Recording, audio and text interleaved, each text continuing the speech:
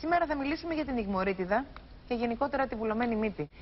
Τι είναι η ιγμωρίτιδα, είναι κάτι αλλεργικό? Θα ήταν καλύτερο, νομίζω, εάν λέγαμε πρώτα τι είναι η μύτη, η οποία μύτη δεν είναι απλά ένα κεντρικό στοιχείο του προσώπου που συμμετέχει πολύ στην αισθητική του προσώπου, αλλά είναι ένα ευαίσθητο και πολύπλοκο όργανο και πολύ σημαντικό όργανο για τον οργανισμό. Ευαίσθητο γιατί είναι? Συγγνώμη κιόλας. Θα σας το πω αμέσως.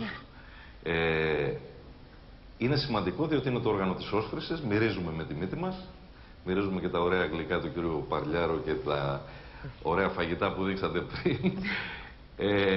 Και επιπλέον η μύτη είναι το air conditioner του οργανισμού, δηλαδή κλιματίζει τον εισπνεόμενο αέρα. Τον φιλτράρει, τον ζεσταίνει και τον υγραίνει, ούτως ώστε να φτάνει η αυλαβή στους πνεύμονες. Συγγνώμη, πώς τον ζεσταίνει? Αυτό δεν το έχω ξανακούσει. Ζεσταίνει η μύτη τον αέρα που μπαίνει? Βεβαίως, βεβαίως. Για να μπορεί να το κάνει αυτό, η μύτη έχει μια πολύπλοκη κατασκευή. Στη μέση έχει ένα τοίχο που λέγεται διάφραγμα, θα το έχετε ακούσει αυτό. Βεβαίως, όσο γι' αυτό. Και στα πλάγια τυχώματα έχει κάποιες προεξοχές ή ραφάκια, αν θέλετε, που λέγονται ρηνικές κόγχες. Όλα αυτά καλύπτονται με ένα ευαίσθητο κάλυμα που λέγεται βλενογόνος. Ένα βιολογικό κάλυμα. Η θέρμανση και η ήγρανση του αέρα, που πολύ σωστά απορρίσατε πώς γίνεται, γίνεται ακριβώς με αυτό το βλενογόνο. Ο βλενογόνος λοιπόν αυτός έχει την ικανότητα να πρίζεται και να ξεπρίζεται ανάλογα με τις συνθήκες του περιβάλλοντος και έτσι ό,τι καιρό και αν κάνει έξω, θα λέγαμε με απλά λόγια, ο αέρας στη διαδρομή του από το ουρθούνι μέχρι το λαιμό μας έχει γίνει 37 βαθμούς θερμοκρασία και 95% υγρασία. Γιατρέ, όταν βουλώνει η μύτη μας και αναπνέουμε από το στόμα, που μπορεί να μας συμβεί και χωρίς να έχει βουλώσει τελείως η μύτη, ειλικρινά δεν έχω κάτσει να με παρακολουθήσω από πού αναπνέω. Από τη μύτη ή από το στόμα, γιατί νομίζω ότι τα κάνω και από τα δύο. Αλλά όταν βουλώνει τελείως η μύτη μας και δεν μπορούμε να αναπνεύσουμε από μύτη και αναπνέουμε από στόμα, κάνει το ίδιο και ο λάριγκας, ας πούμε, ζεσταίνει και αυτό στον αέρα? Εάν αναπνέουμε από το στόμα, απλά καταργούμε τον κλιματισμό. Και έτσι ο αέρας φτάνει στους πνεύμονες όπως είναι έξω. Άρα, αν έχει βλαβερές ουσίες μέσα, αν έχει σωματίδια, αν έχει μικρόβια, όλα αυτά φτάνουν κατευθείαν στους πνεύμονες. Και βέβαια, εάν είναι κρύος ο αέρας, φτάνει κρύος στους πνεύμονες, άρα ερεθίζει. Αν είναι ξηρός ή πολύ υγρός, το ίδιο.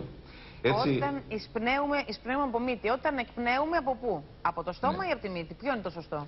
Όχι, το σωστό είναι η αναπνοή να γίνεται από τη μύτη. Το όργανο της αναπνοής ουσιαστικά στο ανώτερο αναπνευστικό σύστημα είναι η μύτη. Τώρα πολλές φορές εκπνέουμε ή εισπνέουμε από το στόμα, αλλά αυτό γίνεται επειδή δεν λειτουργεί η μύτη σωστά τις περισσότερες φορές. Κάποιοι άνθρωποι που δεν έχουν καλή όσφρηση, συγγνώμη γιατρέ μου, αλλά δεν θυμάμαι να έχω βγάλει τώρα τελευταία το ορινολαριγκολόγο και έχω και πολλές απορίες.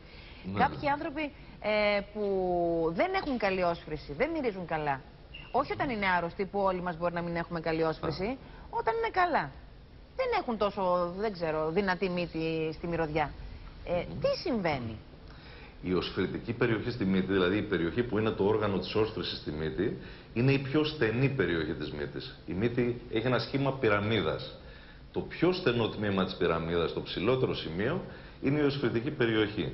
Όταν η μύτη για οποιοδήποτε λόγο είναι πρισμένη εσωτερικά, ο αέρας δυσκολεύονται να φτάσει στην οσφρητική περιοχή, άρα μειώνεται η όσφρηση. Η συχνότερη αιτία είναι το απλό κρυολόγημα, που όλοι μας έχουμε πάθει μια ίωση. Αυτή η ίωση πρίζει εσωτερικά τη μύτη, ο αέρας δεν μπορεί να φτάσει στο ανώτερο τμήμα που είναι η περιοχή της όσφρησης και έτσι δεν μυρίζουμε καλά. Να μιλήσουμε τώρα για την ιγμωρίτιδα λοιπόν. Βεβαίως.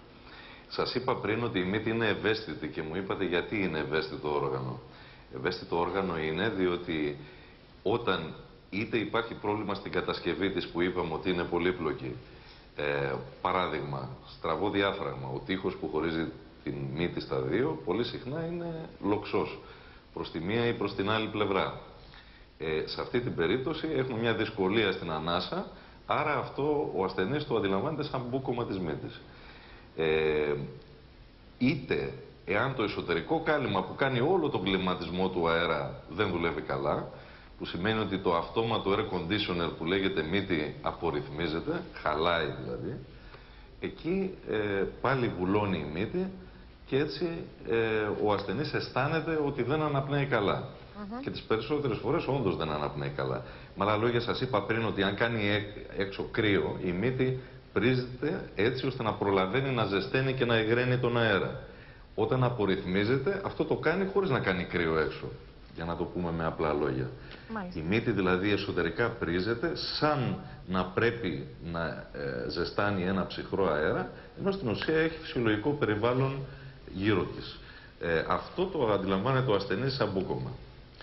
Όταν λοιπόν υπάρχει αυτό το μπούκωμα, τι μπορεί να συμβεί? Γύρω από τη μύτη μας υπάρχουν κοιλότητες που επικοινωνούν με τη μύτη με μικρές τρυπούλες. Αυτές οι κοιλότητες λέγονται κόλποι του προσώπου. Η πιο γνωστή από τους κόλπους είναι τα ιγμόρια που λέμε.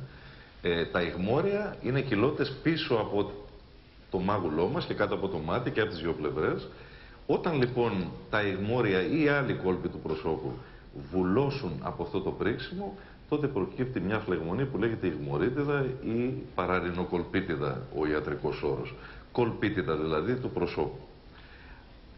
Αυτή είναι η ιγμωρίτιδα με άλλα λόγια. Αυτό που στα απλά ελληνικά λέμε ιγμωρίτιδα, που λέει ο περισσότερος κόσμος ιγμωρίτιδα, στην ουσία είναι φλεγμονή ενός ή περισσότερων από αυτούς τους κόλπους που έχουμε στο πρόσωπό μας γύρω από τη μύτη. Οι οποίοι αυτοί οι κόλποι πώς ξαναγίνονται καλά? Δηλαδή, ας πούμε, είναι με κάποια φάρμακα, με κάποια εγχείρηση, με τι? Μαζεύουν υγρό δηλαδή? Η οξεία μπορεί να μαζέψουν υγρό βεβαίως.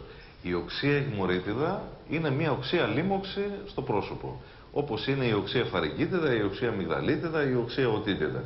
Έχουμε επομένως ένα ποσοστό βέβαια περίπου 90% αν όχι παραπάνω ιογενή αιτιολογία σε αυτή την φλεγμονή, σε αυτή τη λίμωξη. Όπως λοιπόν ένα κρυολόγημα μπορεί να προκαλέσει φαρικίτιδα, προκαλεί και ιγμωρίτιδα. Η οποία συνήθως είναι αποτέλεσμα φλεγμονής στη μύτη βέβαια. Είπαμε γιατί, διότι το ιγμόριο είναι μια κοιλότητα που επικοινωνεί με τη μύτη με μικρή τρυπούλα. Αν η τρυπούλα αυτή βουλώσει από πρίξιμο στη μύτη, τότε προκύπτει ιγμωρίτιδα. Τώρα, στην οξεία ιγμωρίτιδα λοιπόν, για την οποία συζητάμε, η θεραπεία είναι φάρμακα φυσικά. Τα οποία φάρμακα είναι σπρέι που ξεβουλώνουν τη μύτη, τα λεγόμενα αποσυφορητικά, αναλγητικά αν χρειάζεται και αντιβίωση εφόσον τα συμπτώματα επιμένουν για περισσότερα από 10 μέρες. Η σύγχρονη οδηγία των διεθνών επιστημονικών οργάνων είναι ότι δεν πρέπει να δίνουμε αντιβίωση στην ιγμωρίτιδα αν δεν έχουν περάσει 10 μέρες συμπτωμάτων πρώτα.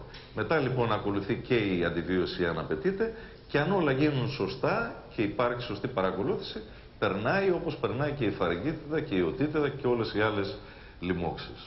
Εκεί που τα πράγματα είναι δύσκολα και πολύπλοκα είναι στη χρόνια ιγμωρίτιδα. Στην οξεία ιγμωρίτιδα συνήθως τα πράγματα είναι απλά. Η χρόνια ιγμωρίτιδα μπορεί να είναι αποτέλεσμα μη καλής θεραπείας της οξείας, μη σωστής θεραπείας ή και μη θεραπείας. Πολλοί ασθενείς δεν πάνε στο γιατρό για κάποιο λόγο. Εάν αυτό το πράγμα επαναληφθεί μία ή δύο φορές, μπορεί να αφήσει πίσω του μια χρόνια κατάσταση που λέγεται χρόνια παραρινοκολπίτιδα ή χρόνια ιγμωρίτιδα, αν μιλάμε για το ιγμόριο. Και βέβαια στη χρόνια ιγμωρίτιδα υπάρχει μια μεγάλη κατηγορία προβλημάτων που έχει σαν κέντρο τους λεγόμενους πολύποδες της μύτης. Τι είναι οι πολύποδες, έχουν σχέση? Γιατί έχουμε ακούσει για πολύποδες σε διάφορα σημεία στο σώμα μας. Για εμάς τις γυναίκες ακούμε και για στα γυναικολογικά μας, τέλος πάντων στα γυναικεία μας όργανα, ότι μπορεί να έχεις ένα πολύποδα. Έχουμε ακούσει πολύποδα στις φωνητικές χορδές. Πολύποδα στη μύτη δεν το έχω ξανακούσει. Τι είναι, πού είναι? Οι πολύποδες σε κάθε μέρος του σώματός μας συνήθως είναι διαφορετικοί. Στη μύτη οι πολύποδες δεν είναι τίποτα άλλο παρά μια τοπική φλεγμονή της μύτης. Αυτό το ευαίσθητο κάλυμα για το οποίο κουβεντιάσαμε πριν, πρίζεται λοιπόν και σακουλιάζει, για να χρησιμοποιήσουμε την απλή ελληνική λέξη, και κρεμάει προς τα κάτω. Αυτό είναι ο πολύποδας. Αυτό βέβαια δεν γίνεται σε ένα σημείο μόνο, γίνεται σε πολλαπλά σημεία μέσα στη μύτη, άρα και οι πολύποδες δεν είναι ποτέ ένας. Είναι πάνω από ένας, είναι πολλοί πολύποδες. Εάν δεν είναι πολλοί, τότε θέλουν διευκρίνηση από τον γιατρό, μήπως μιλάμε για κάτι πιο σοβαρό και δεν είναι απλή φλεγμονή της πολύποδες. Άρα οι πολύποδες της μύτης είναι μια φλεγμονή της μύτης. Απλά θέλει μεγάλη προσοχή στην διαγνωστική προσέγγιση που λέμε, δηλαδή θέλει ένα σωστό κλινικό έλεγχο με ενδοσκόπηση της μύτης, θέλει έναν έλεγχο με αξονική τομογραφία, αν όχι με μαγνητική, που γίνεται σε μερικές περιπτώσεις, και εν συνεχεία η αντιμετώπιση πρέπει να είναι συνήθως και χειρουργική, αλλά και φαρμακευτική και απαιτείται μακροχρόνια παρακολούθηση. Είναι πολύ σημαντικό να τονίσουμε αυτό το πράγμα, ότι και στη βουλωμένη μύτη χωρίς ιγμωρίτιδα, αλλά και στην χρόνια κυρίως ιγμωρίτιδα, έχει πολύ μεγάλη σημασία η παρακολούθηση και η θεραπεία ή η επαναλαμβανόμενη θεραπεία όπου απαιτείται. Πολύ σπάνια αυτά τα προβλήματα είναι αμιγώς χειρουργικά. Δηλαδή ένα στραβό διάφραγμα το οποίο το διορθώνουμε και ξεβουλώνει η βουλωμένη μύτη. Συνήθως το στραβό διάφραγμα συνοδεύεται και με κάποια χρόνια φλεγμονή στη μύτη, η οποία είτε είναι μόνο στη μύτη είτε επεκτείνεται και στους κόλπους του προσώπου. Άρα είναι χρόνια ιγμωρίτιδα. Άρα έχει μεγάλη σημασία, πολύ μεγάλη σημασία θα έλεγα, ίσως μεγαλύτερη και από τη χειρουργική αντιμετώπιση, η σωστή παρακολούθηση και οι επαναλαμβανόμενες θεραπείες όταν απαιτείται. Κύριε Τερζή, σας ευχαριστούμε πάρα πολύ. Εγώ ευχαριστώ πολύ. Καλή σας μέρα. Γεια σας.